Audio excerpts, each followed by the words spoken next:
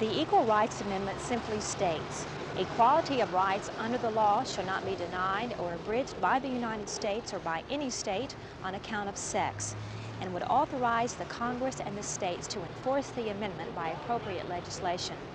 That sounds simple enough, doesn't it? But those few words have divided more women's groups, more political groups, more families than almost any issue since the Vietnam War. You know, a lot of people think that the ERA issue is a relatively new one, when in actuality it's been going on almost 50 years. Resolutions proposing the Equal Rights Amendment have been introduced in every Congress since 1923. Well, let's talk about the first authors of the bill. They were Senator Charles Curtis and Representative Daniel Anthony, who just happened to be the nephew of feminist Susan B. Anthony. Well, both these men were Republicans from Kansas. Well, however, their idea, though, was first suggested by the National Woman's Party on the 75th anniversary of the historic Seneca Falls Convention, which was held back in 1848. However, just like today, no issue divided the women's groups more so than the Equal Rights Amendment issue. Endorsed by one wing of the suffragette movement, it was opposed by the other. One group decided to use radical tactics, the other group decided to cooperate and work with the government to get what they wanted. One group decided to chain themselves to fence posts, go on a starvation diet while in prison, and also picket the White House. One group decided to ask President Woodrow Wilson to come to their conference. The other group decided to burn him in effigy. Well, so much for the past. Let's take a more recent look at the Equal Rights Amendment. In 1971, the House of Representatives voted in favor of the ERA. They passed it 354 to 23. And the Senate did the same in the following March by a margin of 84 to 8. So on March 22, 1972, the ERA was ushered out of Congress. Now, this simply does not make it law. In order for any amendment to be added to the Constitution, 2/3 of the states must ratify it within 7 years. Once the amendment, though, got out of Congress, a lot of the states jumped on the bandwagon. However, 2 states may have acted too hastily, for now they have decided to rescind their action. I'd like to point out here, though, that historically these rescissions have been disallowed by the Congress. Right now, though, 34 states have ratified the amendment. This does include the 2 states which have rescinded their ratification. Right now, we'll just have to wait to see if this will be allowed or not. Those 34 states, though, are 4 short of the goal, which is 38.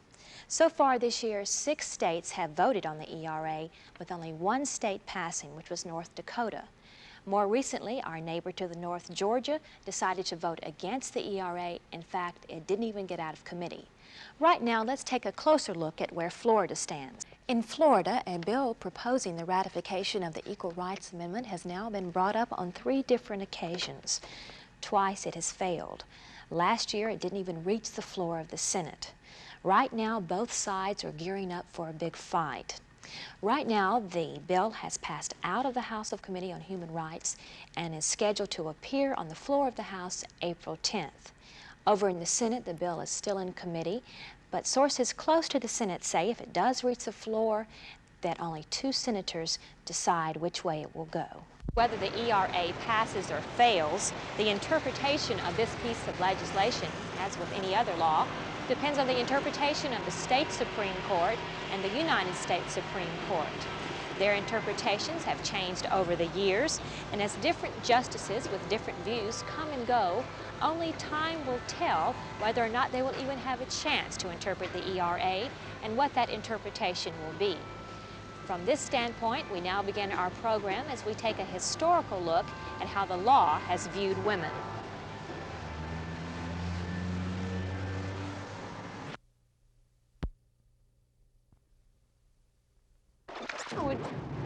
And by each individual state and the Supreme Court. Interpretation. Of course, whether the ERA passes or fails, the important thing is the interpretation by each state, the state Supreme Court, and the United States Supreme Court. Their interpretation, of course, has changed over the years, and with each different justice having a different view, only time will tell whether or not they will even have a chance.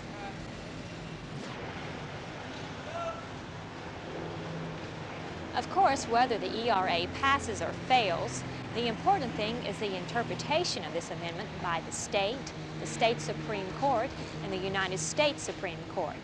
Interpretations have changed over the years, and as each justice has a different view, only time will tell whether or not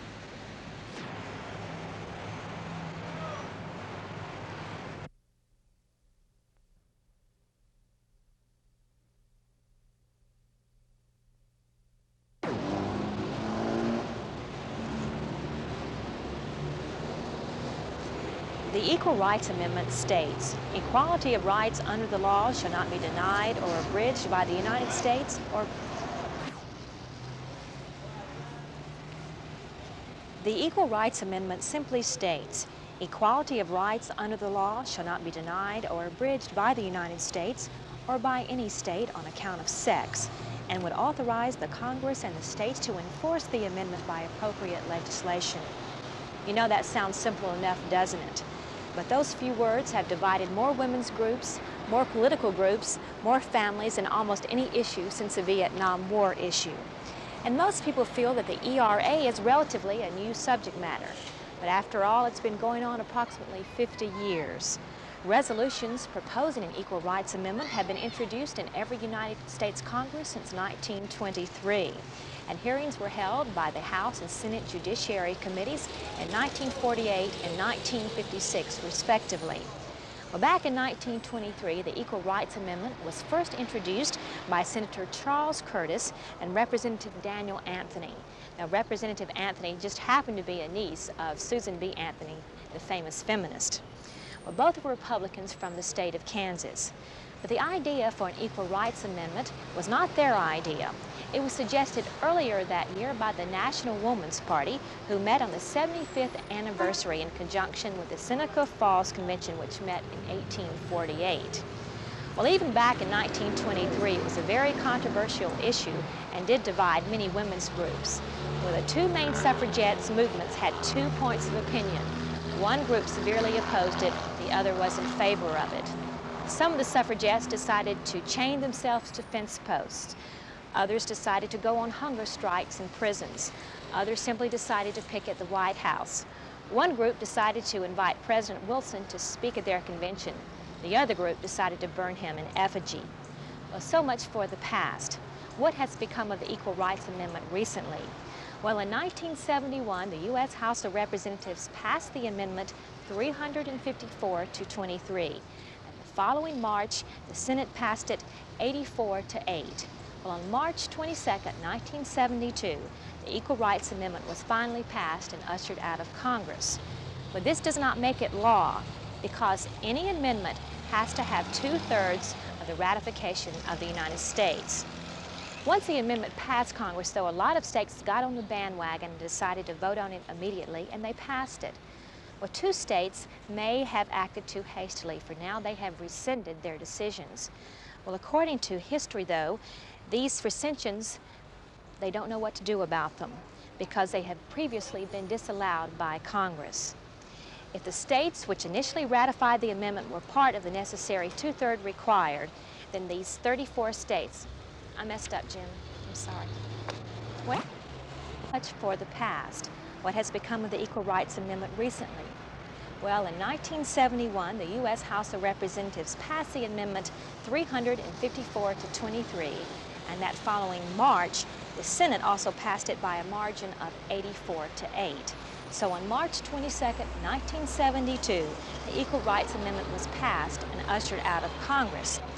However, this did not make it law. For any amendment to the Constitution to become law, it must be ratified by 2/3 of the states within 7 years after it leaves Congress. Once the amendment was passed, though, out of Congress, a lot of states jumped on the bandwagon and voted for the ratification of the ERA.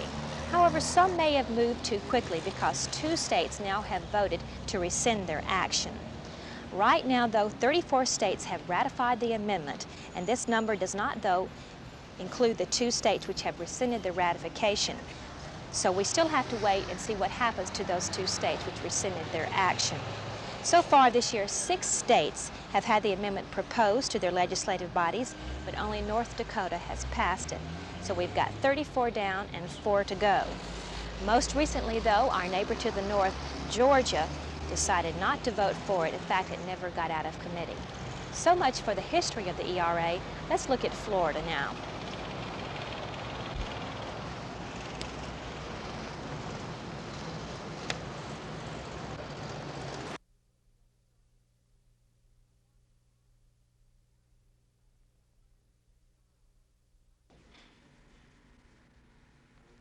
In Florida, a bill proposing the ratification of the Equal Rights Amendment has now been brought up on 3 different occasions.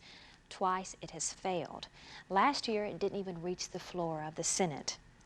Right now, though, both sides are gearing up for a big fight, and no one really knows which way it will go.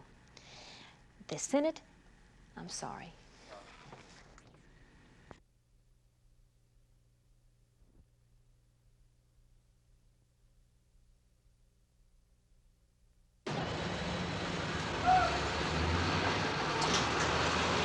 Of course, whether the ERA passes or fails, the interpretation of the amendment, just like any law, depends on each individual state and the Supreme Court. Their interpretations of many laws have changed throughout the years, and as different justices with different views come and go, only time will tell if they'll even have a chance to interpret the ERA and what that interpretation will be.